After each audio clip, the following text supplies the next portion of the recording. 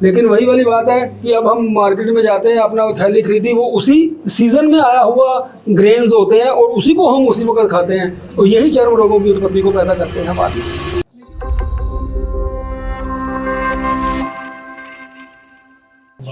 तो ये बुक है माधव निदान, इसके बारे में मैं आपको बताता हूँ। इसके अंदर हर एक बीमारी का वर्णन किया गया है कि शरीर के अंदर व्रण मतलब जख्म जो होते हैं उनके उत्पत्ति के क्या कारण है, पाइल्स होती है उसका क्या कारण है, और सारे दोषों। यहाँ पर आप ध्यान से देखो, कुष्ठ रोग निदानम, पेज नंबर 194। कुष्ठ के प्रकार क्या होते हैं, कितने प्रकार का होता है सफ़ेद दाग और सोराइसिस, और कितनी डीप जा सकता है ये सारा वर्णन इसके अंदर किया गया है।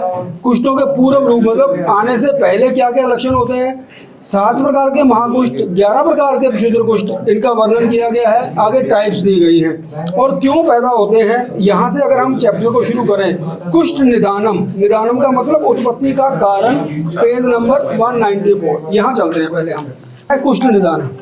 तो आज चर्चा में आज हमारे साथ हमारे ये बहुत पुराने पेशेंट भी हैं सोराइसिस के। और कितने था आपका सोराइसिस अब बेटर है पहले से? बहुत बेटर है सर, बहुत बेटर है। इनसे आज हम चर्चा भी करेंगे, और इनसे कई बार हमारी चर्चा हुई है, इतना टाइम नहीं मिल पाता हमें कि हम आज इतनी डिटेल में चर्चा कर पाते कारणों के बारे में। आज हम इनसे चर्चा भी करेंगे, इनको बताएंगे कि सोराइसिस और स्किन डिजीजेज, वाइट पैचेस और किन कारणों से पैदा हो सकते हैं। यहाँ पर हम पढ़ते चलिए। अथः कुष्ठ निदानम, अथः का मतलब मैं शुरू करता हूँ। कुष्ठ निदानम मतलब कुष्ठ रोग मतलब सफ़ेद दाग और सोराइसिस की उत्पत्ति के कारण क्या है। जी सर, ठीक है। विरोधी अन्नपान आदि द्रव्य स्निग्ध गुरुवाणी च, विरोधी अन्नपान वाले, अब हिंदी में पढ़ते हैं इसको, ये संस्कृत का श्लोक है, इसको हिंदी में पढ़ने पड़ते हैं। परस्पर विरोधी अन्नपान, तो ऐसा भोजन जो एक दूसरे के विरुद्ध होता है, जैसे bad combination of the food जो है उसके साथ सफ़ेद दाग की उत्पत्ति, जैसे दूध के साथ मूली, अचार, नींबू का सेवन इकट्ठा करना, खट्टा सेवन कर लेना, मांस धातु के साथ दूध का सेवन कर लेना, शहद के साथ घी का सेवन कर लेना, ये सारे मिथ्या आहार विहार हैं। तो पहला चैप्टर में उसने क्या लिखा है यहाँ पर, परस्पर विरोधी अन्नपान का सेवन। ठीक है। आहार द्रव्य, पेय द्रव्य जैसे दूध, मछली आदि, अधिक द्रव्य पदार्थ, अधिक चिकने पदार्थ, गुरु पदार्थ, देर से पचने वाले खाद्य पदार्थ, इनके निरंतर सेवन करने से ये बीमारियां पैदा होती हैं। लगातार हम कोई ऐसी चीज़ें जो भारी हैं, चिकनी हैं, उनका सेवन हम लगातार करते रहते हैं, उससे ये पहला चैप्टर ये लिखा। फिर उसने क्या लिखा है, वेगों का धारण, ये बहुत बड़ी बात है। वमन आदि अधारणीय वेगों को रोकने से, जी ये चीज़ है, ये किसी को नहीं, हम भी इतना टाइम नहीं लगाते। वमन आदि अधारणीय वेग क्या होते हैं, अधारणीय वेग क्या होते हैं, जैसे मल मूत्र, ये धारणीय वेग नहीं है। मतलब अगर आपको यूरिन पास करना है तो यूरिन को पास कर देना चाहिए, रोकना नहीं चाहिए, क्योंकि यूरिन के अंदर टॉक्सिन्स जो इकट्ठे हुए हैं वो वापस ब्लड में अंदर वापस आना शुरू हो जाते हैं। अगर आपको कब्ज रहती है तो आपके कॉन्स्टिपेशन वाले टॉक्सिन आपके ब्लड के अंदर वापस जाना शुरू कर देते हैं। तो ये अधारणीय वेग है, इनको धारण नहीं करना चाहिए, हटा देना चाहिए बॉडी से। तो ये आगे क्या बोल रहा है, अधारणीय वेगों को रोकने से, भर पेट भोजन कर लेने के बाद अधिक व्यायाम करने से। देखो कि नई बात क्या लिखी इसने, लोग आजकल कहते हैं प्रोटीन शेक पिया भर के और उसके बाद जिम चले गए, गलत है, वो गलत है। भर पेट भोजन करके व्यायाम करने से, अथवा अधिक धूप सेकने या आग सेकने या धूप श्रम या भय से पीड़ित होने के बाद पसीना आने पर तत्काल शीतल जल के पी लेने से गरम सर्द हो जाता है। इसको गरम सर्द, अब इसको हम गरम सर्द बोलने लगते थे और लोग सब भूल गए हैं। और स्पष्ट लिखा हुआ है कि अगर आपको पसीना आया हुआ है, आपकी बॉडी ठंडी है, आप एसी में अचानक घुस रहे हो बाहर गर्मी से आके, तो ये जो चीजें हैं ये करने वाली नहीं है। और ये और इसने कुष्ठ रोग अध्याय में लिखा है कि इससे बीमारी उत्पन्न होगी, इससे बीमारी उत्पन्न होती है। ओके। और लेकिन हम कहाँ ध्यान रखते हैं, बाहर गर्मी से आते हैं और सीधा एसी के अंदर 40 डिग्री से सीधा ही 18 डिग्री पे ऊपर बॉडी के ऊपर टेम्परेचर का जो डिफरेंस आ रहा है ये बॉडी के ऊपर जर्क देता है। ये प्रैक्टिकल कितना सच है मैं अभी इसकी बात इस वीडियो में नहीं करना चाहता, लेकिन बुक्स में जो लिखा हुआ है आज हम वही पढ़ रहे हैं कि बुक्स में पॉसिबल कॉजेज सफ़ेद दाग और सोराइसिस के क्या है वो आप दिखाओ, यहाँ जूम करो। पसीना आने पर तत्काल शीतल जल के पी लेने से या स्नान कर लेने से। ठीक है, अगला चैप्टर पढ़ो। अजीर्ण होने पर पुनः भरपेट भोजन कर लेने। अजीर्ण का मतलब होता है अभी पिछला भोजन हमें नहीं पचा और उसके बाद दोबारा खा लिया। हाँ, पिछला भोजन नहीं पचे होने के ऊपर और भोजन करने से चर्म रोगों की उत्पत्ति होती है। Okay. ये शास्त्र लिखते हैं। और कहाँ कौन बताता है ये बातें, सही बात। और कौन मानता है इन बातों को, है ना। ऐसे ही जीवन चलता रहता है। फिर हम कॉज पूछते हैं डॉक्टर से जाके, और डॉक्टर को भी अब मॉडर्न एंगल से, ये रिसर्च अभी मॉडर्न एंगल से इतनी डिटेल में नहीं है, और रश होता है और टाइम भी नहीं हो पाता। Exactly. 2-4 मिनट तो पेशेंट को देने होते हैं, और कौन ये फैसला करेगा कि अजीर्ण होने के बाद और भोजन करने से। सही बात है। लेकिन शास्त्रों में जो लिखा हुआ है, फिर आगे क्या बोलता है, ये देखो कितना इम्पोर्टेंट पॉइंट है। नए अनाज से बनाए गए भोजन पदार्थों के सेवन करने से। देखो आपको ध्यान है कि पहले हमारा 1 साल पुराना भोजन हम खाया करते थे। गेहूं पुराना, गेहूं को पुराना कर लेते थे, गेहूं पुराना होता था, फिर उसको वो निकाल के यूज करा करते थे। हाँ। नए अनाज का सेवन कुष्ठ रोगों की उत्पत्ति को करता है। ओके।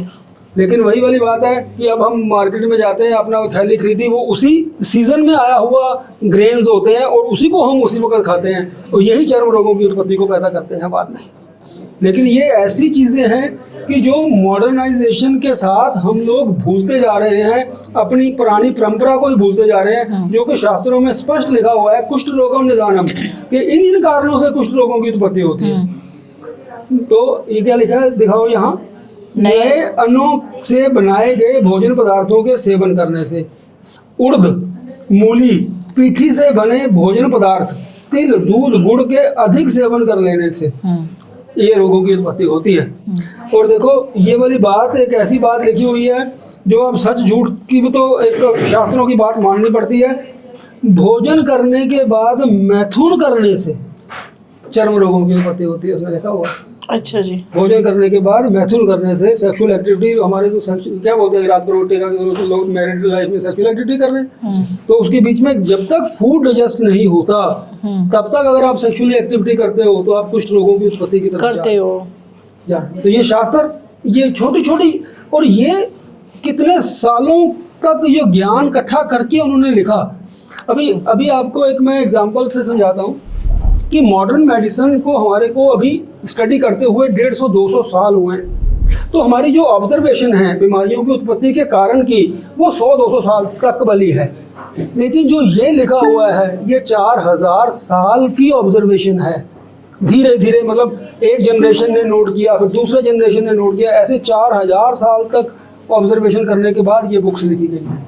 तो इसमें कारण जो लिखे गए हैं, हो सकता है कि जैसे नए अनाज की हम बात आज करते हैं, लेकिन आज से 20 साल 30 साल बाद ये रिसर्च आ जाए कि ओहो नहीं, सच में नया अनाज खाने से तो टॉक्सिसिटी होती है बॉडी में, तो फिर आप देखना कि बाजार के अंदर आपको 2 तरह के गेहूं मिला करेंगे, एक नया अनाज, एक एज्ड, पुराना, एक पुराना। और पुराना जो होगा 50-100 रुपया महंगा ही होगा, महंगा मिलना शुरू कर देगा, और हम सब लोग फिर पुराना अनाज खाया करेंगे, क्योंकि वो शास्त्रों में लिखा हुआ है कि कुष्ठ रोग की उत्पत्ति करता है वो। आगे बढ़ते हैं, देखो कितनी बढ़िया बात लिखी है। इसको धूम ऋतु का ना, ग्रीष्म ऋतु के अतिरिक्त अन्य ऋतुओं में दिन में सोना। सिर्फ गर्मी की ऋतु में आप दोपहर को सो सकते हो। अगर गर्मी की ऋतु बाहर होगी वो मई जून जुलाई के 3 महीने, बाकी महीने में अगर जो लोग हैं दोपहर को, लेडीज हैं घर में खा लिया, चलो सो जाते हैं, कोई काम नहीं है, सो जाते हैं। स्पष्ट लिखा हुआ है ग्रीष्म ऋतु के अतिरिक्त अन्य ऋतुओं में दिन में सोने से। और ये बातें अब समाज हम नहीं मानता, लिखा हुआ है, पढ़ लो। ब्राह्मणों, गुरुजनों व पूज्य जनों का अपमान व तिरस्कार करने या अन्य इसी प्रकार के महापाप करने से वात आदि तीनों दोष प्रकोपित होकर त्वचा, रक्त, मांस, लसिका को दूषित करते हैं और 7 प्रकार के महाकुष्ठों की उत्पत्ति करते हैं। इसमें यह लिखा है कि चाहे आपके माता पिता हैं, आपके पूज्यजन हैं, जिनकी रिस्पेक्ट करनी होती है, अगर आप उनकी रिस्पेक्ट नहीं कर रहे, और शायद मैं कई बार इसको, जैसे ये थोड़ा रूढ़िवादी लगता है कि ब्राह्मणों गुरुजनों का पूजा करने से, तिरस्कार करने से चर्म रोग होते हैं। मैं आपको इसका उदाहरण बताता हूँ कि ऐसा सच में कैसे हो सकता है। जी सर, ऐसे कैसे हो सकता है वो बताता हूँ। अगर इसमें आगे एक जगह पे लिखा हुआ है कि राजा का तिरस्कार भी लिखा हुआ है। अच्छा। जो आदमी अपने शहर के इन्फ्लुएंशियल लोगों की इज्जत नहीं करता या उनसे झगड़ा करके रहता है, ओके, इसका मतलब वो हमेशा मानसिक तनाव में रहेगा, टेंशन में रहेगा, स्ट्रेस में रहेगा। स्ट्रेस में रहेगा उसका जीवन। वो माँ बाप की इज्जत नहीं कर रहा, उसके घर में क्लेश है, तो स्ट्रेस्ड है। तो स्ट्रेस्ड है। तो इनडायरेक्टली ये जो चैप्टर लिखा हुआ है वो कहीं ना कहीं जाके वो शो करता है तनाव। कि तनाव से ही स्किन डिजीजेस पैदा होती हैं। तो ये मल्टीपल डिसिप्लिन्स लाइफ जीने के, फिर अभी हम क्या करते हैं, इन सब को हम एक ही जगह पे लाके लाइफस्टाइल वर्ड यूज कर देते हैं हाँ, कि जी क्यों हो गई, लाइफस्टाइल डिजीज है। अब सोराइसिस जो होता है 3% अमेरिकन लोगों को होता है ओके, और 1% इंडियन लोगों को होता है। रीजन क्या है कि उनका लाइफस्टाइल हमारे से भी खराब है, ओके, उनको 3% है। और लेकिन ये वाला ज्ञान तो उनकी कल्पना से भी बाहर है, हाँ, क्योंकि वो तो बिलीव ही नहीं करते। वो तो बिलीव ही नहीं करते कि नए अनाज, वो उनको सिंपल पता है। और ऐसा नहीं है आप मेरे से आज लिखवा लो कि नए अनाज वाली बात आज नहीं तो कल कभी आएगा कि हाँ नया अनाज इसके अंदर टॉक्सिसिटी रहती है, पुराना करके वो ज़्यादा बात ही करते हैं। और एक और चैप्टर आगे भी आएगा, उसमें क्या लिखा हुआ है, दही का प्रयोग, दही का प्रयोग सिर्फ ग्रीष्म ऋतु में दोपहर को करना चाहिए। ओके, और बरसात ऋतु आपने कभी नोट किया है, जैसे छाछ होती है गर्मियों में पीने से बॉडी में स्फूर्ति देती है। हाँ जी। अब उसके बाद जैसे ही बरसात आ जाए, आप बरसात में लस्सी पी के देखो दही की, आपकी बॉडी गिर जाती है, सुस्ती आती है। सुस्ती आती है, वो गर्मी में नहीं आती। तो ऋतुओं के हिसाब से भोजन का वर्णन भी शास्त्रों में लिखा हुआ है। जी, और जब हम ये काम ठीक तरह से नहीं करते तभी हमें व्याधियां और रोगों की उत्पत्ति होना शुरू होती है। एक पॉइंट आपको मैं और बताता हूँ, ये मेरे गुरुजी सोहनलाल बसंत जी ने मेरे को बताया था। उन्होंने किसी और शास्त्र में पढ़ा था तो मैंने अपनी इस किताब में इसको नोट कर लिया था। ओके। इसमें क्या लिखा हुआ है कि 200 किलोमीटर से दूर उत्पन्न हुए अन्न का सेवन करने से चर्म रोगों की उत्पत्ति होती है। ओ जी, बताओ। भाई वो क्या कहते थे कि भाई हमारे जो पूर्वज थे वो कभी भी 200 किलोमीटर से दूर ट्रेवल नहीं करते थे, वो उनका सारा जीवन उसी एरिया में बीतता था। अच्छा, अब क्या होता है कि अब हम मान लो अजीनामोटो चाइनीज हर्ब है, हाँ अब वो जी। इम्पोर्ट होके आ गई। अब हो सकता है कि वो मेरी बॉडी के ऊपर कुछ एलर्जेंस करके एलर्जी कर रही हो, क्योंकि वो मेरे पूर्वजों ने कभी भी अजीनामोटो नहीं खाया था, लेकिन मैं खा रही हूँ। मैं पिज़्ज़ा के ऊपर वो डाल रही हूँ, सारा कुछ ऑरिगेनो डाल रही हूँ, और लेकिन मेरे पूर्वजों ने वो चीज़ें नहीं खाई हुई। तो चाहे इसका 1% चांस अगर हम लगाएं, ज़्यादा ना लगाओ, लेकिन वो लिखा हुआ है कि भी ये इस बुक का पार्ट नहीं है, ये चरक संहिता के दूसरे किसी चैप्टर में लिखा हुआ है कि 200 किलोमीटर से दूर का भोजन करने से चर्म रोगों की उत्पत्ति होती है।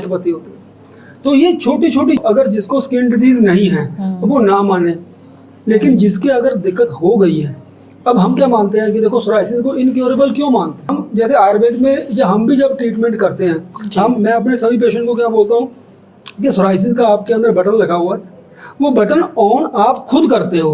वो कैसे ऑन करते हो? इन्हीं कारणों से भाई आपको मैंने ठीक कर दिया। अब आप ये चीज़ों का अगर ध्यान रखना शुरू कर दो तो ऑटोमेटिकली हमारा बटन ऑफ रहे ना जी। तो फिर हमें क्यों अब सोराइसिस इनक्योरेबल क्यों बनती है? वो ऐसे बनती है ओके, भाई हम एलोपैथिक में आपको चाहे best of the best treatment दे दिया, आपको मिथोट्रैक्सिड दे दिया, एप्रीमलास्ट दे दिया, स्कैफो लगा दिया, सब कर दिया, आपका डिजीज कंट्रोल हो गया, लेकिन उत्पत्ति के कारण तो वहीं के वहीं पड़े हैं सामने। सही बात है। और वो सारा इन्हीं में से हो सकता है कि भाई आपके लिए ये 10% सारे हों या इसमें से कोई एक ही 40-50% हो। एग्जैक्टली, बट वो हमें नहीं पता। वो हमें नहीं पता ना कि हमारे में क्या हो रहा है। तो बेटर है कि फिर हम शास्त्र की विधि को मानते हुए उसको सारे को अपना ही लेते हैं ना। बिल्कुल, क्यों चांस लेना है? सही बात है। तो जो ये छोटे छोटे पॉइंट्स हमने आज डिस्कस करे हैं, अगर सफ़ेद दाग या सोराइसिस की दिक्कत है तो मेरा मानना है कि इन चीज़ों को हमें अपनाना चाहिए। और दूसरी बात, डॉक्टर का चॉइस करना बहुत इंपॉर्टेंट है, सोराइसिस में भी और सफ़ेद दाग के अंदर भी।